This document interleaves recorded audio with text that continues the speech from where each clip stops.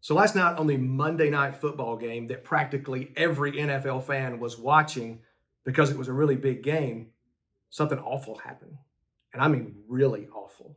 Like so awful that it's never happened before that I remember in my lifetime. And it's one thing to see someone get hurt. It's part of all sports. It's one thing to see that. It's quite another thing to see CPR, defibrillator, and grown men crying on the field because of the tragedy. Now, if you don't know what happened, this is not going to make a whole lot of sense to you. However, the whole country's watching. Monday Night Football is a big deal. It's been a big deal forever. The guy gets hit, goes to the ground, gets up, collapses again. You can look it up. Okay, that's not the important part. It's obviously important, but that's not what I want to talk about. What I want to talk about is really what ESPN did and really how we as humans respond to things. If you remember, if you were alive at 9/11, that was on a Tuesday. Horrible thing, maybe the most horrible thing to happen in my whole life. And on Wednesday, we were all scared, but we were all united. And on that Sunday, churches were full. That's what happens when you're afraid. We strip back all the stuff that we disagree on, and we're able to see through to what's really, really important. And that day, being an American was really, really important. Well, last night, life was important. The football game didn't matter anymore. Guys, if you follow the NFL, you know that was probably the biggest game of the year up to this point because it's for seedings and playoffs and possible Super Bowl, all the things. No one cared. No one cared about that. I was texting with a friend of mine that was in the stadium. It just didn't matter anymore. And what we saw from ESPN and from the coaches and everything was people just pushed all that aside. And the most important thing was that guy's life. Because you don't do CPR on people who are breathing.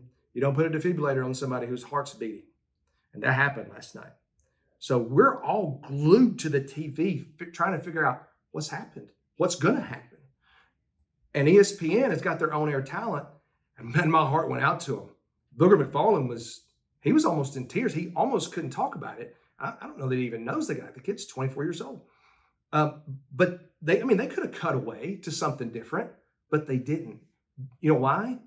Because those people had a job to do. It's incredibly difficult, and they acknowledged it. They were basically saying, we don't know what to do. But we needed it. Everybody that was watching needed to hear what they were saying. The game didn't matter. They weren't going to put the game back on, but we continued to watch. Why did we continue to watch? Because life matters. And wow, it happened on the first Monday of the new year when everybody makes the resolutions, or you're going to do something different. You got a fresh start. Wow. What a message was sent last night that life is what matters. Not all these things that we got. I don't believe this. I don't believe that. We're different. Bottom line is we all only have one life. And to see someone lose it, hopefully he's going to be okay, but he lost it right there in a second. To see someone lose it, it's hard to see.